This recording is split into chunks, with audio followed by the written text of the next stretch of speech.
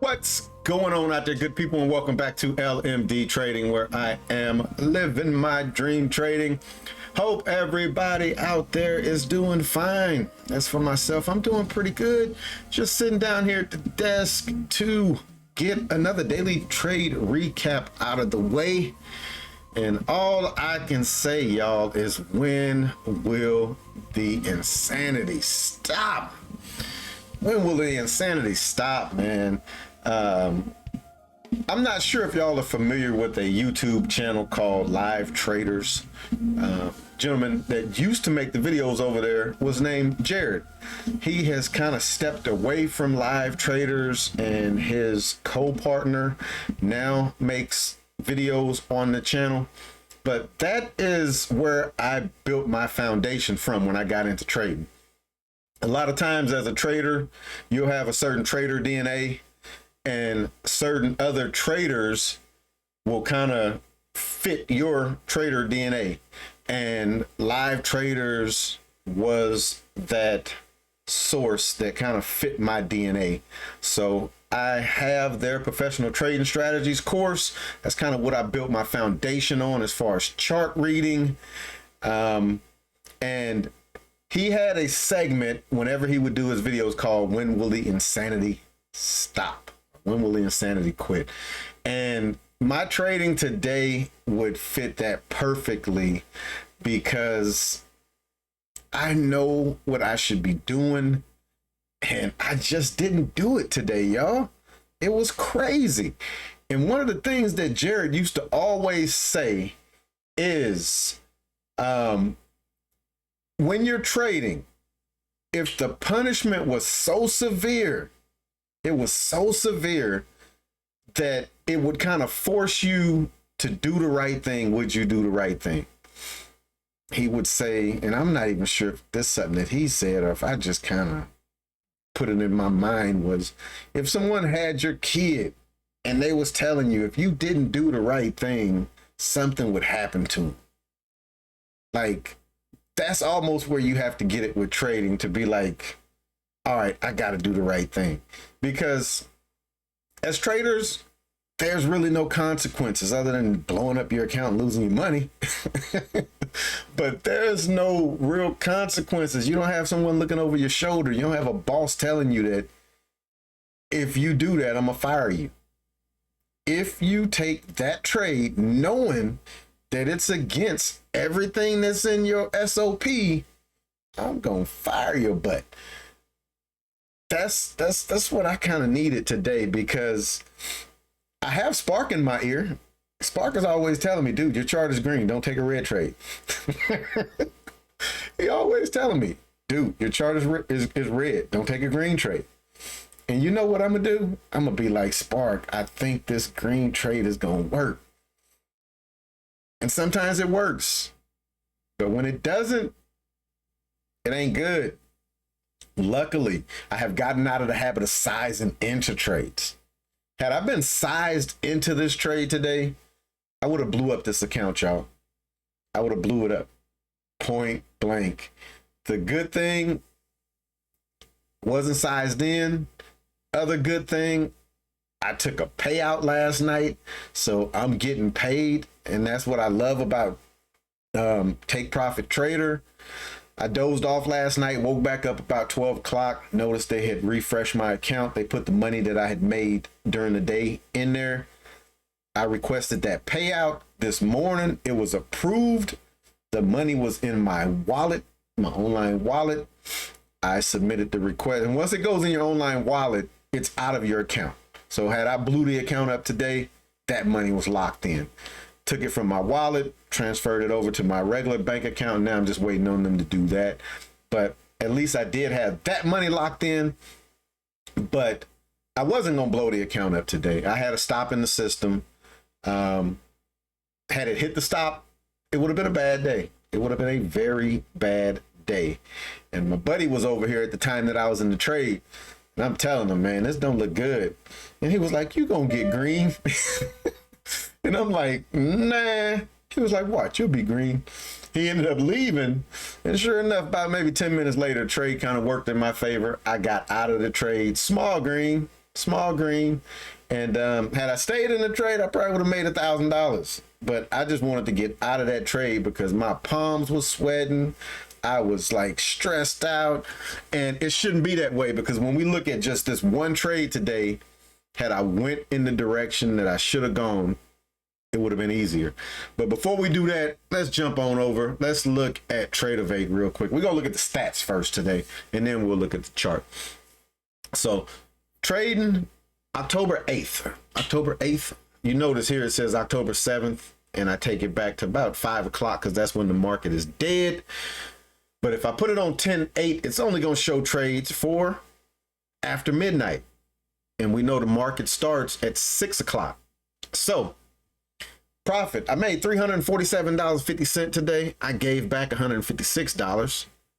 That was on 72% green trades, 1.39 on break evens, 26.39 on red trades. That alone should tell you how I was kind of trading today. Usually I have a fairly high hit rate, but I have that hit rate because I'm really scalping. I'm trading the market, and I told Spark this today. I'm trading the market like I still have a trailing drawdown. I'm over the trailing drawdown. Even with taking my payout, I'm still over the trailing drawdown.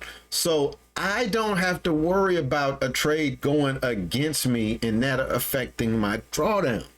I can get in a trade and let that trade work. I just don't do it, y'all. But P&L history, we see I started off a little bit red, basically break even. Yeah, showing I was down like $3.25. Brought it up. I was up about 75, 80 bucks. Just came back down. I went red on the day. That was right around noon. Got back in the trade. I brought it back up to about 140. Took another trade, went down to about 80, and then just kind of slow grinded it back up to just over where we were at that point. So decent trade, decent day, all things considered, but the way that I trade was just horrible today.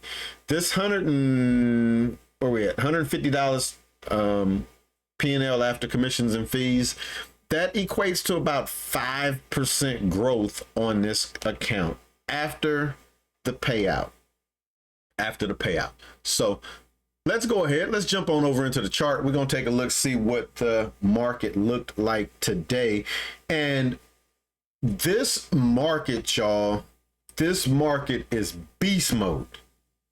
Just when you think that you can short this thing, it then reach the highs, it rips. It just flat out rips. And we are looking at this from 7 o'clock yesterday evening. It just kind of chopped around. And this black line that you see right there, that's previous day's close. Price just kind of gravitated around previous day's close. And you notice I have what I used to call on my TOS charts, first line of defense, second line of defense. We kind of just stayed under that second line of defense, came back up, we broke it, chopped around. But look here, once the market opened at 9:30, the market never looked back. It never looked back, y'all. And it just kept creating demands. It created one right here. It got broken, created a new one, shot up, a new one. It created one there and it broke it, came back down, created a new one, new, and off to the races. This thing never looked back, and it never broke the demand line until up here after the market had closed. Meaning, had I taken a trade down here at this demand line and held it, it came and it tested it right there, but it never looked back. We're going to look at trades coming right down through there real quick, and I'm going to wrap this up. Going to hang out with a buddy of mine at the winery. So I'm going to get these trades looked at real quick. I want to look at the Winwoolly Insanity trade real quick. And that was taken right around this area right here, y'all. I took a long right here at 11.53. Decent new demand forming, decent trade. Put your stop just below it. If it works, it works. If it doesn't, it doesn't. 25257 was the entry. 25250 was the stop. 7 points, $14 on one contract. This thing came back and it stopped me out. And now I'm thinking I'm gonna short this market. We've reached the top. At the time, that was the top. I'm thinking we've reached the top. We are about to go down. Uh-oh. Get back over there. I'm thinking we're headed back down. Gotta go back down. We have to. No real reason to think that, though. If you notice, supply right there had gotten broken. That supply had gotten broken. There was not a new supply. Take my first entry, maybe 5 contracts, decent size. I add, and I add.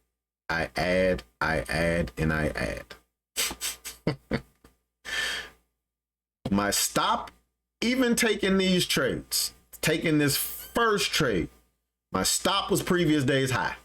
That was my stop.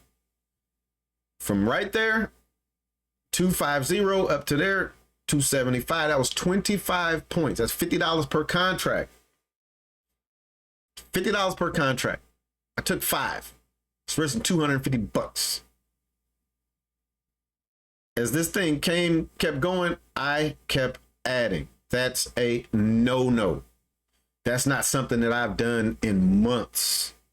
And notice I take my last one right at previous day's high, because the first candle that closes over previous day's highs, I'm going to stop out.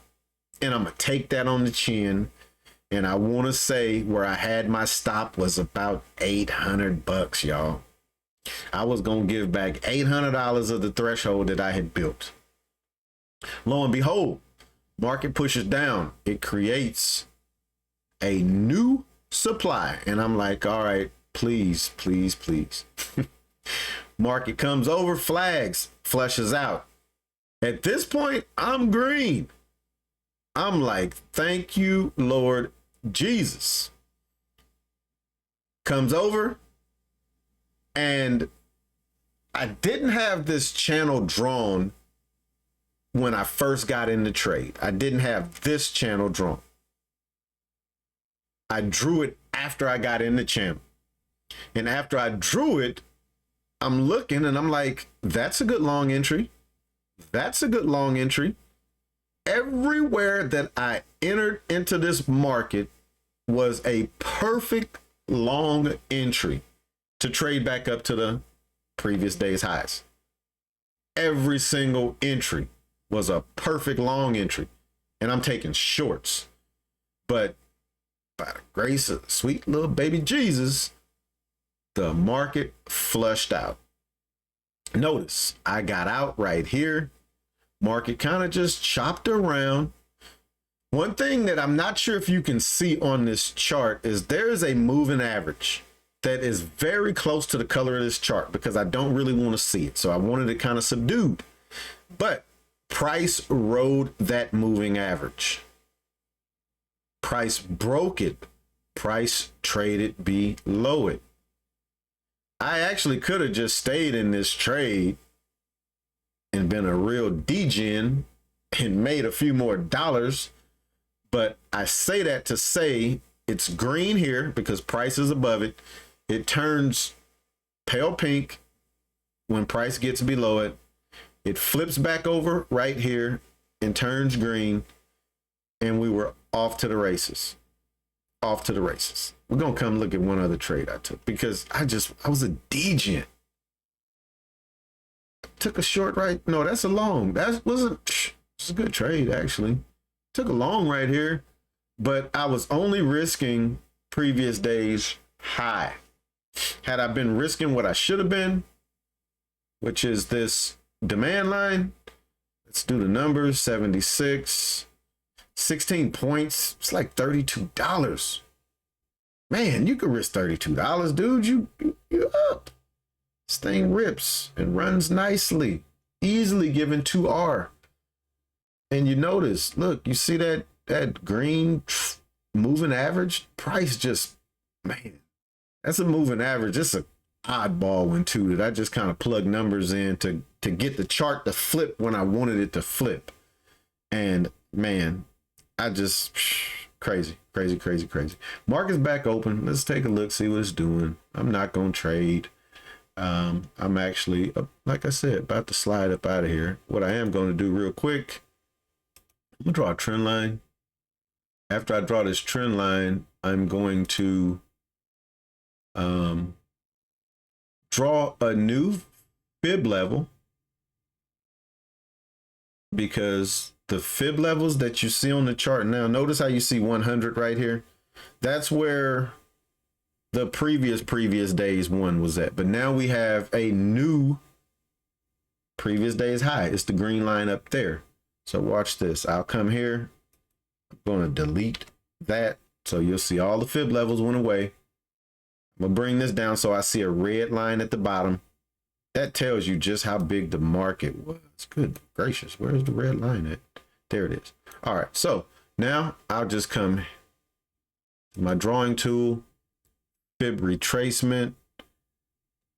I'm going to start that about right there. And notice you see over here where it's green, 25, 3, 6, 4, 7, 5. If I want to be precise, bam, I'm right on it.